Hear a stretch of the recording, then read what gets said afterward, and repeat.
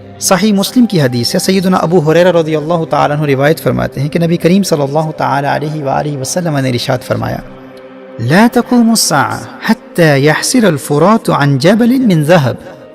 قیامت اس وقت تک قائم نہیں ہوگی جب تک کہ دریائے فرات سے سونے کا پہاڑ نمودار نہ ہو۔ یہ صحیح مسلم کی کتاب الفتن کی حدیث ہے، اور الاشاع لاشراط الساعہ یہ امام برزنجی کی کتاب ہے۔ اس علم کے حوالے سے ٹی وی چینلز پر اور سوشل میڈیا پر کلام کرنے والے وہ کم از کم اس کتاب کا مکمل مطالعہ کر لیں۔ میں نے اس علم کے حوالے سے عربی زبان میں لکھی گئی کتابوں کی ایک طویل لسٹ ریکمینڈ کی ہے، اور اس بات پر بھی میں نے بہت زور دیا تھا کہ کم از کم اس موضوع پر بیان کرنے سے قبل اس علم کے کسی ماہر عالم سے کم از کم یہ ایک کتاب تو ضرور پڑھ لیں۔ اور یاد رکھیں، اس کے لیے صرف عربی زبان کا جاننا کافی نہیں ہے، اس عالم کے لیے بھی ضروری ہے کہ وہ اس فن میں گہری نظر رکھتا ہو۔ اور ہمارے ہاں حال یہ ہے کہ اس علم میں مہارت تو کجا، جو لوگ عربی زبان کی مبادیات تک کو نہیں جانتے وہ بھی اردو کتابوں کے اپنے ذاتی مطالعے کی بنیاد پر اس موضوع پر اپنے بیانات نشر کر رہے ہوتے ہیں۔ تو میں عرض کر رہا تھا کہ الاشاع لاشراط الساعہ میں امام عبد رسول برزنجی رحمہ اللہ نے نہر فرات کے خشک ہو جانے کے بعد نہر فرات سے سونے کا پہاڑ نمودار ہونا، اس سونے کے پہاڑ کو امام مہدی رضی اللہ تعالی عنہ کے ظہور سے پہلے کی علامت قرار دیا ہے۔ یعنی جب تک دریائے فرات خشک نہیں ہو جاتا اور دریائے فرات سے سونے کا پہاڑ ظاہر نہیں ہوتا، اس وقت تک امام مہدی رضی اللہ تعالی عنہ کا ظہور نہیں ہوگا۔ اور اسی طرح صحیح بخاری کی حدیث ہے، حضرت ابو ہریرہ رضی اللہ تعالیٰ عنہ روایت فرماتے ہیں کہ نبی کریم صلی اللہ تعالیٰ علیہ وآلہ وسلم نے ارشاد فرمایا: یوشک الفرات ان یحسر عن کنز من ذهب فمن حضره فلا یأخذ منه شیئا۔ نبی کریم صلی اللہ تعالیٰ علیہ وآلہ وسلم نے ارشاد فرمایا، عن قریب دریائے فرات سے سونے کا ایک خزانہ نکلے گا، بس جو کوئی وہاں موجود ہو اس میں سے کچھ نہ لے۔ یہ صحیح بخاری کی حدیث ہے، کتاب الفتن باب خروج النار، اور سنن نبی داؤد میں بھی اور مسند احمد میں بھی ہے۔ اب دیکھیے، نہر فرات کا خشک ہو جانا اور سونے کا پہاڑ برآمد ہونا یہ ظہور مہدی سے پہلے کی واضح علامت ہے، اور میں انگلش سیمینارز میں تفصیلی دلائل کی روشنی میں اس بات کی وضاحت کر چکا ہوں کہ اس دریائے فرات والے سونے سے معدنیاتی خزانہ یا تیل اور پیٹرول مراد لینا یہ کتنی بڑی علمی خطا ہے۔ دریائے فرات کے سونے سے مراد حقیقی سونے کا پہاڑ ہے۔ اور یہ بات بھی یاد رہے کہ دریائے فرات کا، یوفریٹس ریور کا خشک ہو جانا یہ فقط اسلام میں قرب قیامت کی علامت نہیں ہے، کرسچینٹی میں بھی، عیسائیوں کے ہاں بھی قرب قیامت اور آرمیگیڈن کے حوالے سے، جسے اسلام میں الملحمۃ الکبریٰ کہا جاتا ہے، سب سے بڑی جنگ جو قیامت سے پہلے ہوگی، اور عیسائیوں کے ہاں بھی اس آرمیگیڈن سے پہلے دریائے فرات خشک ہو جائے گا۔ یہ نیو ٹیسٹمنٹ کی بک آف ریولیشن میں جو نیو ٹیسٹمنٹ کا آخری چیپٹر ہے، اس میں ریولیشن 16 یہ 16واں باب ہے، 16 چیپٹر کی اگر آپ ورس 12، 13 اور 14 کا مطالعہ کریں، اسے مکاشفات یوحنا بھی کہتے ہیں۔ ورس 12 میں ہے: And the sixth angel poured out his bowl on the great river Euphrates,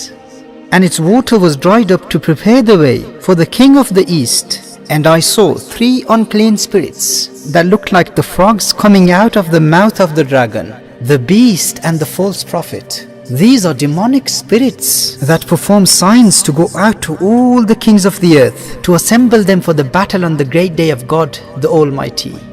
تو دریائے فرات کا خشک ہو جانا اور پھر اس کے بعد آرمیگیڈن کا واقع ہونا یہ عیسائیوں کے ہاں بھی قرب قیامت کی علامت ہے، اور کرسچنز میں جو بیپٹسٹ کرسچنز ہیں وہ بائبل کی اس بک آف ریولیشن کو بہت اہمیت دیتے ہیں۔ اور اسی طرح اسلام میں بھی دریائے فرات کا خشک ہو جانا اور دریائے فرات سے سونے کا پہاڑ برآمد ہونا یہ علامات قیامت میں سے، اور امام مہدی کے ظہور کی سب سے پہلی واضح علامت یہی ہے کہ دریائے فرات خشک ہو جائے گا اور اس سے ایک پہاڑ ظاہر ہوگا جو سونے کا پہاڑ ہوگا۔ اب اس میں تو کوئی شک نہیں ہے کہ دریائے فرات اس وقت بہت تیزی سے خشک ہو رہا ہے، اسے تو آپ خود گلوبل واٹر فورمز کی رپورٹ کے حوالے سے دیکھ سکتے ہیں، آپ کو اندازہ ہوگا کہ کس تیزی سے دریائے فرات خشک ہو رہا ہے۔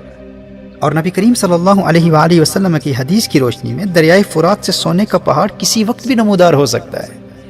ماضی میں جو لوگ دعویٰ کرتے تھے کہ اس خطے میں سونے کے پہاڑ کہاں سے مل سکتے ہیں، یہ کیسے ممکن ہے، اور حدیث کے الفاظ کی باطل تعویل پیش کرتے ہوئے کہتے تھے کہ اس سے مراد تو کوئی معدنیاتی خزانہ یا عراق کا تیل ہے، پیٹرول اس سے مراد ہے۔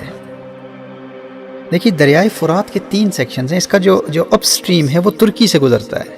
مڈل سٹریم سیریا میں، اور ڈاؤن سٹریم عراق میں سے گزرتا ہے۔ دریائے فرات کا 28% حصہ ترکی میں ہے۔ ابھی جب ریسنٹلی حال ہی میں ترکی میں سونا برآمد ہوا تو بہت بڑے بڑے دعوے کرنے والے، حالانکہ وہ دوسری جانب تھا، لیکن لوگوں کے انداز بدل گئے، بڑی رونق سے احادیث پر تنقید کرنے والوں کے تیور بدل گئے، حالانکہ ہم ہرگز یہ دعویٰ نہیں کرتے کہ ترکی کا وہ سونا وہی دریائے فرات کا سونا ہے جس کا ذکر قرب قیامت کے حوالے سے حدیث مصطفیٰ صلی اللہ علیہ وآلہ وسلم میں آیا ہے، یعنی وہ سونا جو ظہور امام مہدی کی ایک واضح علامت ہے۔ لیکن وہ لوگ جو احادیث مصطفیٰ صلی اللہ علیہ وآلہ وسلم کو اپنے عقل کے معیار پر ٹٹولنے اور عقل کے ترازو پر تولنے کی کوشش کرتے ہیں، اور ایک مدت سے یہ دعویٰ کرتے رہے کہ یہاں ان علاقوں میں، اس خطے میں سونے کا پہاڑ مل ہی نہیں سکتا، اس حدیث سے مراد تیل کے ذخائر ہیں، اس حدیث سے مراد سیاہ تیل ہے،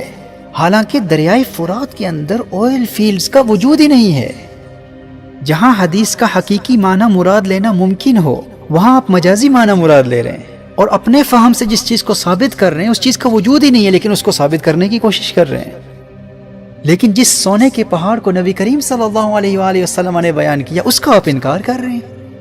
اور ایک عرصے تک حدیث مصطفیٰ صلی اللہ علیہ وآلہ وسلم کے حقیقی معنی کا فقط اس لیے انکار کرتے رہے کیونکہ آپ کے نزدیک وہاں سونا مل ہی نہیں سکتا۔ اور یاد رکھیے گا کہ جس زمانے میں بھی یہ سونے کا پہاڑ دریائے فرات سے برآمد ہوگا، اس کے فوراً بعد امام مہدی کا ظہور نہیں ہو جائے گا۔